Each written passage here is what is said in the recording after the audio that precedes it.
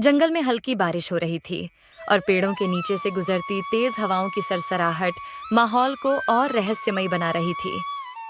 अचानक से एक विशाल हरे पत्ते पर बैठी छोटी सी चिड़िया चौंक कर उड़ गई। उसे ऐसा लगा जैसे आज कुछ अनहोनी होने वाली थी। लेकिन क्या? अजीब सी घबराहट हो रही है।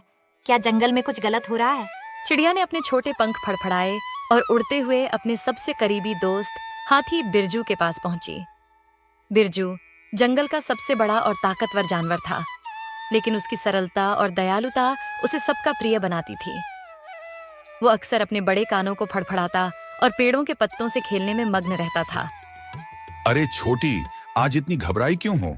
लगता है बारिश की बूंदों ने तुम्हें डरा दिया। नहीं बिरजू, मुझे सच में कुछ अजीब लग रहा है। तुम्हें नहीं लगता कि आज जंगल में कुछ असामान्य है? बिरजू हंसते हुए अपने भारी भरकम शरीर को धीरे धीरे झाड़ियों के पास ले गया। लेकिन तभी उसकी नजर कुछ दूर पेड़ के पीछे छिपे हुए अजीब साए पर पड़ी। उसकी हंसी अचानक थम गई। दोनों ने एक दूसरे की ओर देखा। कुछ गड़बड़ थी। शायद तुम्हारी बात सही है। हमें पता करना होगा कि ये परछाई किसकी है। चिड़िया ने हिम्मत बांधी और उड़कर उस दिशा में बढ़ी, जबकि बिरजू ने अपनी भारी चाल से उसका पीछा किया। जैसे ही वे उस परछाई के करीब पहुंचे, वहां कोई और नहीं बल्कि जंगल का चालाक लोमड़ी तबाकी खड़ा था, जो बहुत समय से जंगल के राजा बनने का सपना देख रहा था। तो आ ही गए तुम दोनों। मैं कब से तुम्हारा इंतजार कर रहा था। अब समय आ गया है कि इस जंगल का असली राजा चुना जाए। क्या कह रहा है? हमें यहाँ क्यों बुलाया? क्योंकि मैं जानता हूँ कि तुम दोनों को हराना ही मेरे लिए सबसे बड़ी चुनौती है। एक छोटा सा पक्षी और एक बड़ा लेकिन भोला हाथी।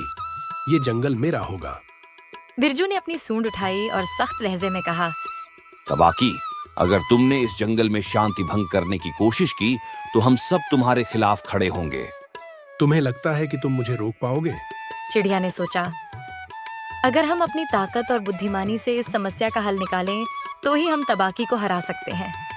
बिरजू, मुझे एक तरकीब सूझी है। हम उसे उसकी ही चालाकी में फंसा सकते हैं। दोनों ने एक योजना बनाई। चिड़िया ने अपनी तेज उड़ान और चतुराई का इस्तेमाल करते हुए तबाकी को चकमा दिया और बिरजू ने अपनी सूंड से एक पेड़ को हिलाकर उसके ऊपर गिरा दिया। तबाकी फंस गया और उसकी चालाकी का अंत हो गया। ये कैसे हो सकता है? मैंने तो सोचा था कि मैं सबसे बुद्धिमान हूँ। ताकत अकेले कुछ नहीं कर सकती। तबाकी, सच्ची दोस्ती और एकता ही असली ताकत है। और इस तरह चिड़िया और बिरजू ने तबाकी को हराकर जंगल में शांति वापस लाई। उन्होंने साबित कर दिया कि चाहे कितनी भी मुश्किलें क्यों ना आए, दोस्ती और समझदारी से सब कुछ संभव है। सीख: सच्ची दोस्ती और एकता किसी भी चालाकी या ताकत को हरा सकती है।